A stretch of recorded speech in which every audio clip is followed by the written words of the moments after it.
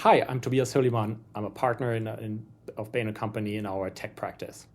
Thank you to Court and the Virtuozzo team for inviting me to this event. Today, I would like to share our perspectives on the opportunity that AI as a service provides for alternative service providers and cloud service providers. First of all, we do think there's a huge market opportunity.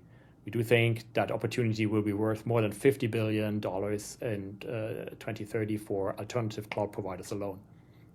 While hyperscalers and large cloud service providers will host the majority of AI workloads, we do think that 10 to 20% of the total workloads will be served by alternative cloud providers. That sounds like a low number initially, but it's in the end still a huge total workload number. And today that translates into a revenue opportunity of at least $10 billion for alternative cloud providers. And some people even think that number is even higher. But the main point is that this will grow, we think, in the order of 5 times until 2030. So that becomes the 50 billion. And alternative cloud providers have a very specific value proposition for customers when it comes to AI, including up to 2/3 lower cost versus the hyperscalers and true sovereignty propositions that hyperscalers, for structural reasons, just cannot provide. What do we think are the typical sweet spot use cases for AI for alternative cloud providers?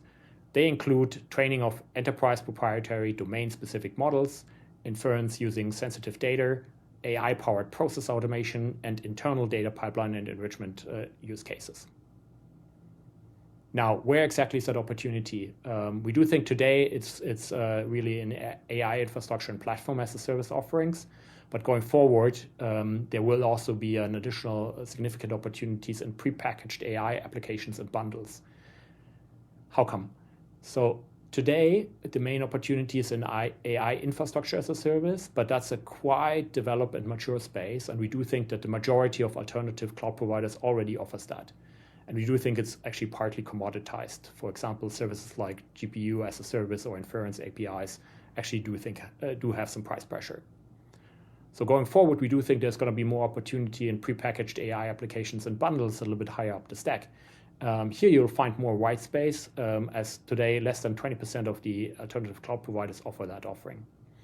And that opportunity in our perspective is particularly in prepackaged bundles of, for example, vector databases with RAG infrastructure, AI agents and workflow automation, observability and model monitoring, or vertical packages for industries like manufacturing, energy, defense, and public sectors, where such packages today most often don't really exist.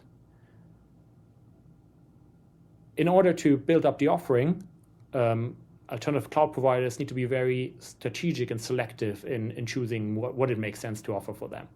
The biggest spend today, we said, is on AI infrastructure as a service. However, that is an extremely competitive space with huge upfront CapEx requirements, and the number of scale buyers seems limited today. We'll see if that changes in the future, but that's one of the reasons why we recommend to also look at prepackaged AI applications and vertical bundles higher up the stack, because we do think there's room to grow. However, there are also some challenges to consider, because there's a reason why those aren't as mature yet.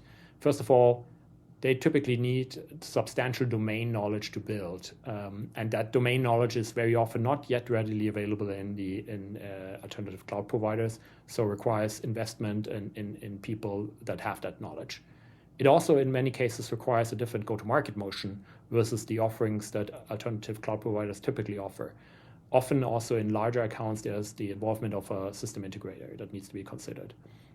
Last but not least, you often need to also pick and tune a foundational model, and that also requires people that know how to do that and can actually implement that. In some cases, there's even also certification required in the end, which requires additional investment. So in order to pick what's good for you as an alternative cloud provider as an offering, you need to think about where you can bring existing differentiating capabilities like vertical know-how, regional or local expertise, or certifications as a base for your future AI as a service offering. Now, handing back to Kurt and the team, and we do think that software like Virtuozzo can contribute really a strategic advantage to alternative cloud providers by getting the most out of the infrastructure that ACPs have, including their GPUs, and providing a strong base on top of which alternative cloud providers can build prepackaged AI as a service applications, services, and bundles. Thank you very much.